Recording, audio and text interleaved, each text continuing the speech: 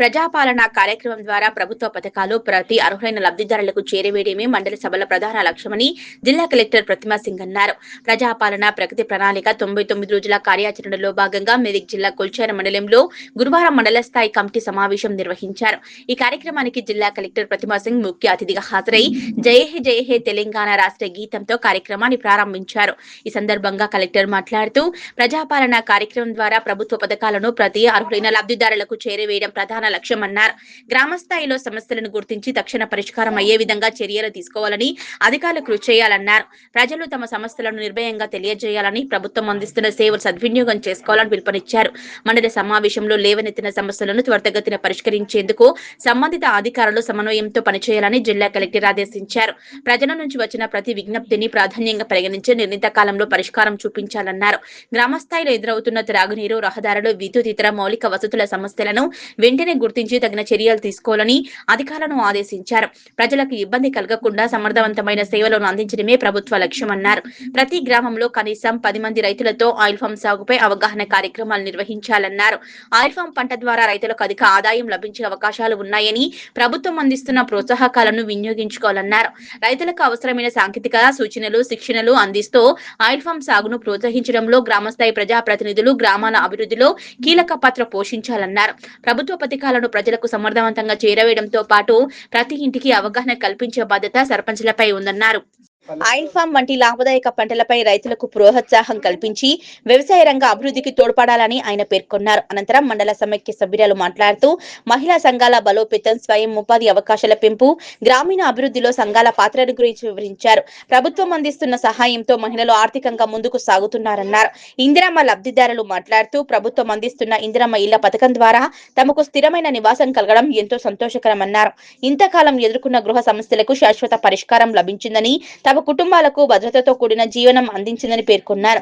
ప్రభుత్వం తమలాంటి పేదలకు ఇల్లు కల్పించడం ద్వారా జీవన ప్రమాణాలు మెరుగుపడతాయని కృతజ్ఞతలు తెలిపారు. అలాగే సంబంధిత అధికారులు పథకం అమలులో పారదర్శకతను పాటిస్తూ అర్హులైన ప్రతి కుటుంబానికి ప్రయోజనం చేకూరేలా చర్యలు తీసుకుంటుందని తెలిపారు. ఈ కార్యక్రమంలో తహసీల్దార్ శ్రీనివాసాచారి, ప్రత్యేక అధికారి, జిల్లా విద్యాశాఖ అధికారి విజయ, ఎంపీడీఓ రఫీక్ ఉన్నీసా బేగం, సర్పంచ్ డి శేఖర్, వివిధ శాఖల అధికారులు, ప్రజాప్రతినిధులు, గ్రామస్తులు, మహిళా సంఘాల సభ్యులు పాల్గొన్నారు. మండలం మొత్తం రైతులు 16,032 మంది ఉన్నారు. వీళ్ళకు ఈ రైతు భరోసాలో 2 సీజన్స్, వానాకాలం, యాసంగి 2 కలిపి రైతులకు జమ చేయడం, మన ఖాతాలో జమ చేయడం జరుగుతుంది. 23-24లో మనకు రైతు భరోసా పొందిన రైతులు మండలంలో 14,551 మంది. ఇందుకు గాను 10,68,64,077 రూపాయలు వాళ్ళ ఖాతాలో జమ చేయడం జరిగింది. 24-25 సంవత్సరంలో 2 సీజన్స్, వానాకాలం, యాసంగి 12,587 మంది రైతులు. ఇందుకు గాను 7,75,57,504 రూపాయలు వాళ్ళ ఖాతాలో జమ చేయడం జరిగింది. 25-26 సంవత్సరంలో 16,032 మంది రైతులకు 12,90,63,327 రూపాయలు రైతుల ఖాతాలో జమ చేయడం జరిగింది. ప్రజా ప్రభుత్వము బాధ్యతలు స్వీకరించి 2 సంవత్సరాల 3 నెలలు పూర్తయింది. ఆర్థిక సవాళ్లను అధిగమిస్తూ గత పాలకుల తప్పిదాలను సరిచేస్తూ సంక్షేమం, అభివృద్ధి విషయంలో రాజీ పడకుండా మన ప్రభుత్వం పనిచేస్తుంది. మేము పాలకులం కాదు, సేవకులం అన్న భావనతో ప్రజల ఆకాంక్షలు, అవసరాలే కేంద్ర బిందువుగా నిత్యం శ్రమిస్తున్నాము. ప్రతి నిర్ణయంలో ప్రజల మేలు, సామాజిక బాధ్యత, రాష్ట్ర భవిష్యత్తు దృష్టిలో పెట్టుకున్నాం. ఉప ఎన్నికలు, పంచాయతీ ఎన్నికలు, మున్సిపల్ ఎన్నికల్లో వరుస విజయాలతో ప్రజాపాలనకు మీ మద్దతు ప్రకటించారు. మీరిచ్చిన ఈ ఫలితాలు మా బాధ్యతను మరింత పెంచాయి. ప్రభుత్వ పథకాలు అంటే కాగితాలపై కాదు, ప్రజల జీవితాల్లో స్పష్టమైన మార్పు తేవాలన్నది మా సంకల్పం.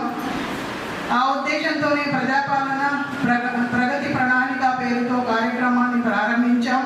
మార్చి 6 నుండి 99 రోజుల పాటు గ్రామ స్థాయి నుండి రాష్ట్ర స్థాయి వరకు అన్ని శాఖల సమన్వయంతో ఈ కార్యక్రమము ఒక ఉద్యమంలాగా సాగాలి. ఊరు వాడ సమస్యలు పరిష్కారమే పరమావధిగా ప్రతి అధికారి పనిచేయాలి. వేగంగా ఫైళ్ల క్లియరెన్స్, ప్రభుత్వ కార్యాలయాల్లో పరిశుభ్రత, నిర్ణయాల్లో పారదర్శకత ఉండాలి.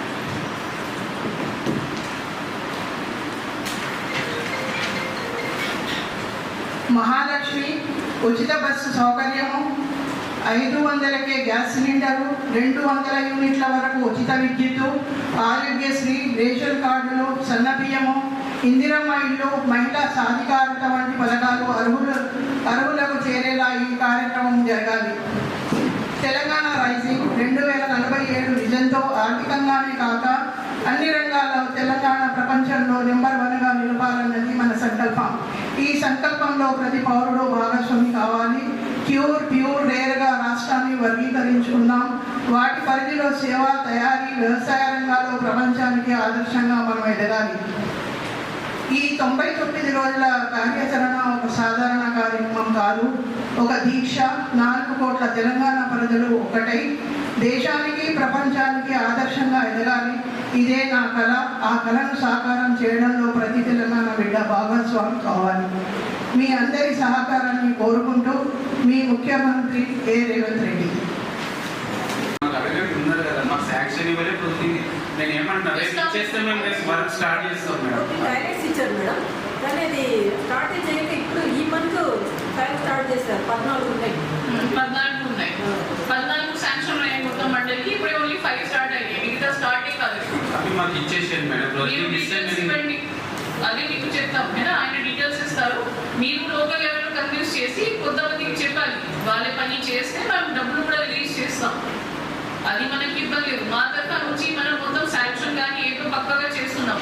కానీ లోకల్ లెవెల్లో సర్పంచెస్ తరఫు నుంచి సహకారం లేకుంటే మేము కూడా పని చేయలేదు. అది మీ తరఫు నుంచి సహకారం ఉండాలి. మనం మా విలేజ్ కి ఇవ్వలేదు కదా మేడం. నేనేమంటున్నా, వాళ్ళు ఇవ్వకపోతే వాళ్ళ ల్యాబ్స్ చేసి మాకు ఇస్తే మేము చేయడానికి రెడీ. కొత్త ఇస్తాం, వేరే ల్యాబ్స్ కాకుండా అట్లాంటివి చేయలేము. మనం కొత్త ఇస్తాం. స్కీమ్ వచ్చినప్పుడు మనం శాంక్షన్ ఇచ్చాము వాళ్ళకి ఇప్పుడున్న ఎలిజిబిలిటీ పరంగా. కానీ వాళ్ళకి పేరెంట్స్ స్టేజ్లో కానీ ఆర్ స్టేజ్లో పాత ఇంద్రమ్మ శాంక్షన్ అయిన ఉంటుంది.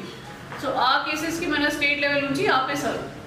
పాత వాళ్ళకి కూడా బెనిఫిట్ ఇవ్వడం జరిగింది. ఇప్పుడే మళ్ళీ డూప్లికేట్ అవుతున్నాయి. ఎవరికి వచ్చింది అప్పుడే వాళ్ళు ఎంక్వైరీ చేస్తారు. సో ఇట్లాంటివి ఉన్న అన్ని కేసెస్కి ఆపమని చెప్పారు.